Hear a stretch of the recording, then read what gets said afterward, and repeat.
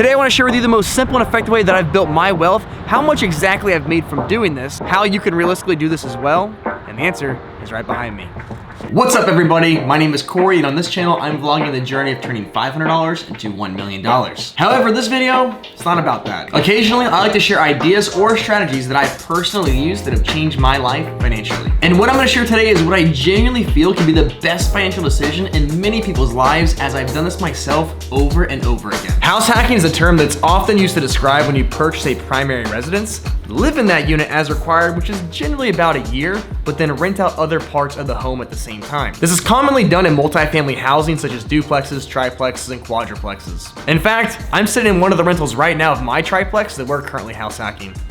More on that soon. So to put it simply, over the course of the last 4 years, I've been buying multifamily properties, living in them for the required 1 year as a primary residence, and then repeating that process with an entirely new property. And as a result, I now own a duplex in addition to this triplex that we're currently house hacking using that same strategy. This is 100% legal, and it's actually very common for those getting started in real estate investing. Now, the reason it's so popular is because you can still use a low down payment loan to purchase this kind of property, and then you can use the rental income to help subsidize, if not pay, for the entire mortgage. Additionally, something that's unique about multifamily is you can use a percentage of expected rents to help you qualify for the loan in the first place. Now, I know for a lot of you, this probably sounds really good right about now, and it probably should. But let's take it one step further and actually give you a real breakdown of what the financials have looked like for this property here that I'm currently in. I purchased this property in October of 2020 for $440,000. Now, I am a veteran, so I have access to the VA loan, so I was able to get a 30-year VA loan on this property with no money down. However, don't let that scare you away. If you're not a veteran, you still have access to the FHA loan most likely, and that can be as low as 3.5% down. We did, however, have to pay $11,000 in closing costs, so that's the only thing that came out of pocket to buy this place. Now, once I purchased this property, my monthly expense was $2,700. That included the principal on the loan, the interest, the taxes, the insurance, as well as the utilities, because it all is on one water and one trash and sewer and all that fun stuff. Keep in mind though that out of that $2,700, at least $880 of that was paying down the principal of the loan, which means equity in the property, which means money back in my pocket one day if we're gonna turn around and sell this place. On top of that, we had the 2 rental units as well. They were only renting for $900 each at the time, which gave us a total rent of $1,800 per month, and that was well below market. But here's the main point. If you add that monthly rent collected and the principal pay down each month, that would give me a total of $2,680, which means only $20 coming out of my pocket every month to own this property. Now, to make things even better, as the units became vacant, I have since turned both rental units into new Airbnb properties. Now, to be fair, we did have to put in a lot of money to get these things ready for Airbnb. We had to buy new furnishings, we had to buy new paint, we had to buy new carpet, we had to buy some new appliances, we had to buy nice decorations. The list can really go on, and by the time you're finally finished, you can have spent many of thousands and thousands of dollars. So with that said, the cost can really start to get up there, but if you can swing it, if you can make that happen, more often than not, it's gonna be very worthwhile financially. Now, depending on what season is here in Florida, these units can actually rent for $2,500 to $5,000 each per month. Generally, each unit will rent for about $100 per night in the off season, but during the high season, we can be upwards of $200 per night. And in fact, I've got a guest coming here right now. We gotta get out of here. I got a guest coming in like an hour, so we gotta back to my office. So given this updated strategy, let me show you where the numbers stand now and what results we have. They're pretty shocking. So after 16 months of owning this property, Zillow gives it an estimated range of between $532,000 and $703,000. Now, I know it's Zillow, so take it what you will with it, but they give the exact estimate of $611,000. That's $171,000 of appreciation in 16 months, which is stupid insane, but I'll take it. Additionally, we've paid down about $13,000 of the principal on the loan, so that gives us some equity on paper of $184,000 in 16 months.